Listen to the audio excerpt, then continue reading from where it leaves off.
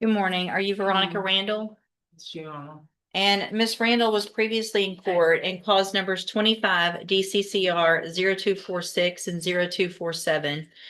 Entered pleas of guilty to theft of property with previous convictions, a state jail felony. Also entered pleas of true to prior convictions, which enhanced this to I believe, second degree felony for punishment purposes. The agreement was for a cap of 6 years in prison. I've received and reviewed that pre-sentence report. Have you all both had an opportunity to review that report? Yeah, Sean. Yes, sir. Are there any additions or corrections to the report? All good? What you read? All accurate? No additions. Which I don't have any additions or corrections. I would just state if it's the appropriate time for the court. When I look at it, I have some empathy for Ms. Randall based on the comments that she made. But how much can we take her out of her word with her criminal history?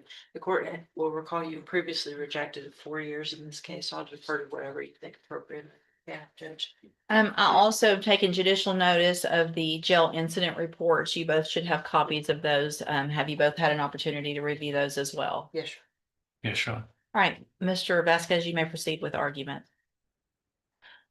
Your Honor, I know Ms. Randall's had probation a couple of times in the past. And it didn't work out for her. But I'm arguing for anything that does not involve incarceration. Ask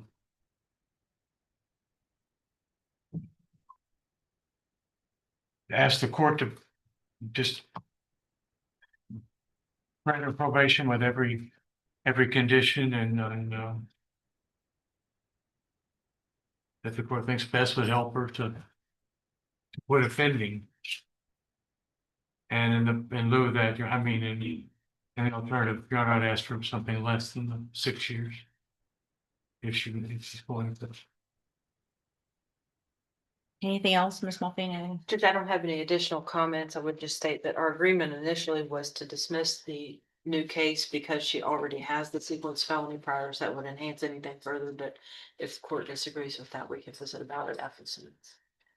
So, Ms. Randall, I made some notations on this pre-sentence report, some issues and maybe some mental health issues that have contributed some issues in the past.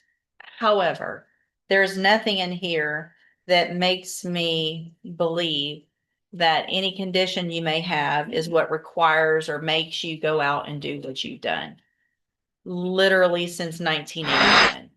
Your first theft that I have here was from an arrest from 1981. Then I have one after another misdemeanor thefts through 2018. Then we've got, starting in 1986, a robbery and a theft. And then we've got 13 felonies since then. These are your 14th, 15th, and I guess 16th felonies. At some point, you got to figure it out. There's opportunities when you are not incarcerated and not on probation to get the help that you need if that's what you think is the problem.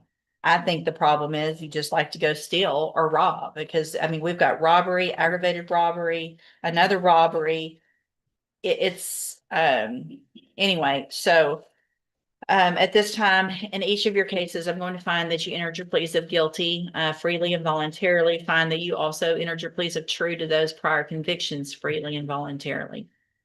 In cause number 25 DCCR 0246, find sufficient evidence to find you guilty, and at this time find you guilty of theft of property with previous convictions. Find the other previous convictions true, sentence you to a term of 6 years in the institutional division of the Texas Department of Corrections. You will receive credit on that sentence for any time that you've been in custody that the law gives you the right to receive.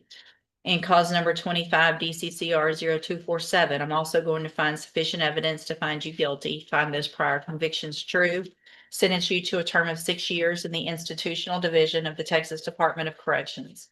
You will also receive credit on that sentence for any time that you've been in custody that the law gives you the right to receive.